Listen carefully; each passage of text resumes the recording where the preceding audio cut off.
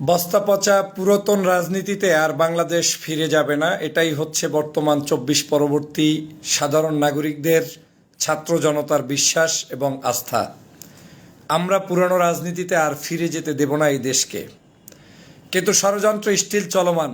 সরকার এখন পর্যন্ত বুঝতে সক্ষম নয় যে পূর্বের রাজনীতি করে আপনি হয়তো ক্ষমতায় একটু টিকে থাকার চেষ্টা করবেন, কিন্তু সেই ক্ষমতাটা যে এত পিছিল, যে কোনো মুহূর্তে সেই ক্ষমতা ছেড়ে চলে যেতে হতে পারে, সেটা সম্পর্কে সরকার হয়তো অবগতও নয়।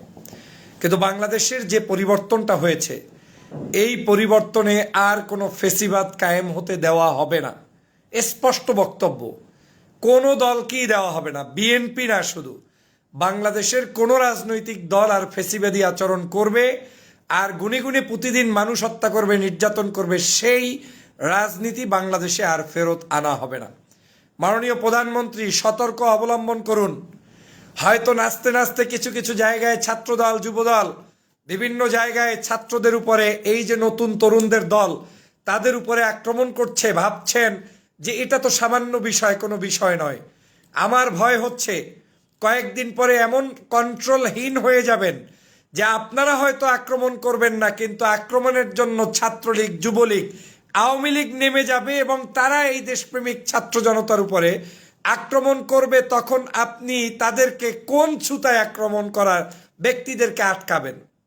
এরকম লাগামহীন চলাফেরা গত ২ দিনের মধ্যে যদি একটি দলের উপরে, তাদের কার্যক্রমের উপরে যে কোনো মূল্যে, আমি বারবার বলছি, ষড়যন্ত্র হলে তদন্ত করুন, বিদেশিরা কেউ করলে তদন্ত করুন, বিএনপির কেউ করলে, যুবদলের কেউ করলে, ছাত্র দলের কেউ করলে তদন্ত করুন। আর আপনাদের পরিকল্পনায় হয়ে থাকলে সেটা তো আপনারা ভালো করেই জানেন। কিন্তু এই অবস্থায় বাংলাদেশকে ফেরত দেয়া আর হবে না। বাংলাদেশের তরুণ সমাজ, যুব সমাজ সিদ্ধান্ত নিয়েছে এই বাংলাদেশকে নতুন আলোর পথ দেখাতেই হবে। সে যেই হোক, তাকে কোনোভাবেই আর ওই সুযোগ দেয়া হবে না। আমি জানি না আপনার আশেপাশের পরামর্শক তো এখন রাশেদদের মতো গংরা, যে কারণে ওলট পালট খাওয়ার সম্ভাবনা আছে, যাদের ২৪ ঘন্টা বিরোধী মত নিয়ে আলোচনা, যেখানে আপনি দেশ গঠন করবেন, মাত্র ৬ মাস সময় পান নাই, এর মধ্যেই এই তালবাহনা অবস্থা হয়ে গেলে ১৬ বছর তো দূরের কথা, ৫ বছর ক্ষমতায় কিভাবে থাকবেন, সেই চিন্তাটা আপনাদের এখন থেকে গভীরভাবে করা উচিত। আজকের যে পরিস্থিতি, এই পরিস্থিতিটা সাধারণত হয় একটি সরকার পতনের ঠিক ৬ মাস আগে আগে, মানে আন্দোলন জমে, হরতাল চলে, লং মার্চ চলে, বিভিন্ন অ্যাক্টিভিটিসের কারণে সরকার বেসামাল হয়ে যায়, তখন এরকম মাঝে মাঝে আক্রমণ করে তাকে নিয়ন্ত্রণে থাকতে হয়। কিন্তু আজকের ৬ মাসের মধ্যে আপনাদের এমন কি হয়েছে যে বাংলাদেশের মাত্র সামান্য ১০টা ছেলের একটা অনুষ্ঠানের পদযাত্রাকে নিয়ন্ত্রণ করতে পারেন না? সামান্য মানুষদেরকে আপনারা প্রোটেকশন দিতে পারেন না? যেখানে যায় সেখানে গেলে আপনাদের উপরে আক্রমণ করতে হবে, তাদের উপরে। আমি এইটা কোনোভাবেই মেনে নিতে পারছি না। আমি আপনাদের শুভাকাঙ্ক্ষী হিসেবেই মেনে নিতে পারছি না। যারা আপনাদেরকে বুদ্ধি দিচ্ছে, নিশ্চিত থাকেন, যারা কমেন্টস করছে, উৎসাহ দিচ্ছে, ওদের ব্যাপারে বাজে বাজে মন্তব্য করছে, নিশ্চিত থাকেন এরা আপনাদের কল্যাণ চায় এমন কেউ নয়। এরা প্রত্যেকেই এমন হয়, এমনও হতে পারে আপনাদের পতন চায় খুব দ্রুত, আপনারা যাতে করে তাড়াতাড়ি সরকার থেকে পড়ে যেতে পারেন, সে কারণেও এরকম একটা গ্যাঞ্জাম লাগানোর জন্য আপনাদের বিরুদ্ধেও ষড়যন্ত্র হতে পারে। অতএব আপনার সতর্ক না হওয়ার বিকল্প নেই। মাননীয় প্রধানমন্ত্রী, আজকে দেখলাম আবারও ২-৪ জায়গায় গাড়ি বহরে হামলা, এটা কোনোভাবে মেনে নিতে পারছি না। আমি সে কারণেই বলছি, পুরাতন রাজনীতিতে বাংলাদেশ আর ফেরত যাবে না। আজকের আমাদের বাংলাদেশের বাংলাদেশ জাতীয়তাবাদী দলের মহাসচিব মির্জা ফখরুল ইসলাম আলমগীর সাহেবের মতো একজন মানুষ, যিনি প্রেসিডেন্ট হবেন বলে শুনতে পাচ্ছি, মন্ত্রী, তার মতো একজন মানুষ যদি আজকের বলতে বাধ্য হয় দেশের কোনো পরিবর্তনই হয় নাই এক্সেপ্ট তারেক রহমান, তার মানে কি তারেক রহমান তো শুধুমাত্র একটা গভর্নমেন্ট না, আপনি ছাড়া কারো পরিবর্তন হয় নাই স্বীকার করে নিয়েছে আমাদের মাননীয় মির্জা ফখরুল ইসলাম আলমগীর সাহেব। তাহলে জুলাই পরবর্তী বাংলাদেশের পরিবর্তনটা হলোটা কি? কে পরিবর্তন হয়েছে? কার পরিবর্তন হয়েছে? পরিবর্তন না হওয়ার পিছনে অন্যতম কারণ হচ্ছে আজকের এই জায়গায় আমার কাছে মনে হয়েছে শুধুমাত্র আপনাদের একগুঁয়ামি আচরণের কারণে। আপনারা সংসদ সদস্য হওয়ার পরে প্রথমেই যখন সংসদে গিয়েছেন, ওই দিনই জুলাই সনদ এবং আপনার গণভোট এবং জনগণের আকাঙ্ক্ষাকে আপনারা সম্পূর্ণ মাটির সাথে মিলিয়ে দিয়েছেন। আপনাদের সালাউদ্দিন সাহেব কথায় কথায় সংবিধান বলতে বলতে সংবিধানই ভুলে গিয়েছে, আইন কানুনই ভুলে গিয়েছে। এখন আপনারা ব্যস্ত আছেন বিরোধী মত দমনের জন্য। আমি নিশ্চিত করে বলতে পারি, এরকম যদি চলমান থাকে আপনাদেরকে সাপোর্ট বাংলার জনগণ করবে না। আর এখন যদি সতর্ক হতে পারেন, হয়তো পথ পরিষ্কার থাকবে, কিছুদিনের জন্য হলেও ভালোভাবে রাষ্ট্র চালাতে পারবেন। অতএব নিজেরাই নিজেদের জায়গা থেকে একটু অ্যানালাইজ করেন। জামাত বিরোধী দল, স্বাভাবিকভাবে সে বিরোধী রাজনীতি করবে, তার রাজনীতি বন্ধের কি আছে? বিরোধী মতের অন্যান্য রাজনৈতিক দল তারা তাদের মতো রাজনীতি করবে, বন্ধের কি আছে?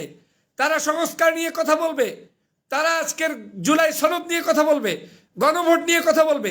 এটা দোষের কিছু নেই। আপনারা পারলে এগুলা বাস্তবায়ন করেন, না পারলে জাতির কাছে ক্ষমা চাইয়া আপনারা তাদেরকে ভিন্ন কি শুনাইতে চান শুনান।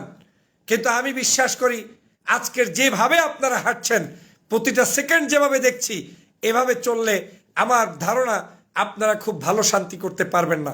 মাননীয় প্রধানমন্ত্রী, আপনাকে উদ্দেশ্য করেই বলছি, আপনাকে যেহেতু মির্জা ফখরুল ইসলাম বলছে আপনি ভালো মানুষ, তাহলে আপনার ভালো মানুষটার পরিচয় দেওয়ার জন্যই আমাদেরকে ঐক্যবদ্ধ করেন, জাতির বিভাজন করিয়েন না। আজকের প্রমাণ করুন যে আপনারা জনগণের পক্ষে, জনগণের ম্যান্ডেট নিয়ে ক্ষমতায় এসেছেন। 69% জনগণ ভোট দিয়েছে গণভোটের পক্ষে। আপনারা সেই রায় বাস্তবায়ন করুন। সেদিকে কোনো খেয়াল নেই। খেয়াল হচ্ছে বাচ্চা ছেলেরা কোথায় মিছিল করতেছে, কোথায় যাচ্ছে, আপনারা তাদেরকে থামানোর জন্য ব্যস্ত। অন্যদিকে পুলিশ হাহা করে তাকিয়ে আছে, গাড়ির উপরে আক্রমণ হয় দেখে না। আমি তো বারবার এগুলোকে সন্দেহজনক মনে করি। কি উদ্দেশ্য আপনাদের আমি জানি না। আমার তো সন্দেহ হয় এগুলো পরিকল্পিত উপায়ও ভিন্ন কোনো উদ্দেশ্য বাস্তবায়নের জন্য হতে পারে।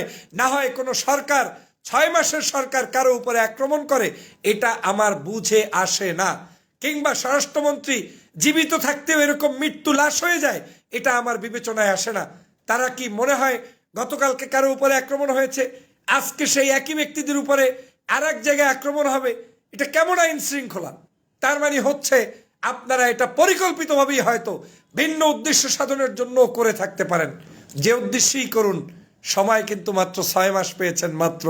তাতেই যদি শরীর কর্দমক্ত ঘামাইয়া যান, তাহলে আগামী 4.5 বছর কি দিয়ে চলবেন?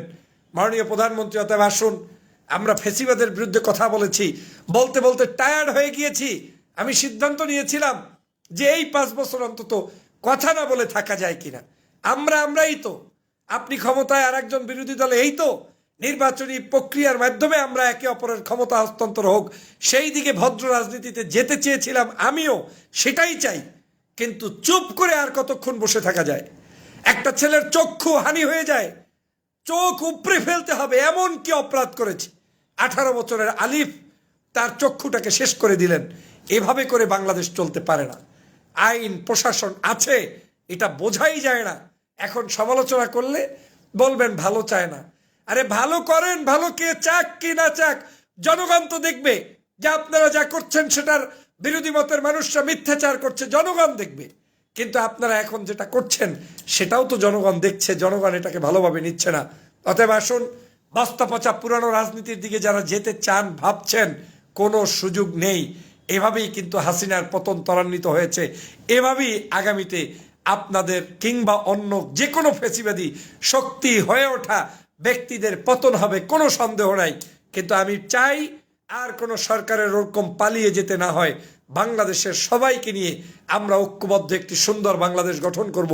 সে কারণে আজকের আপনাদের এই মাননীয় প্রধানমন্ত্রী বরাবরে আমার এই আহ্বান রেখে বক্তব্য শেষ করছি। সবাইকে ধন্যবাদ। আল্লাহ হাফেজ।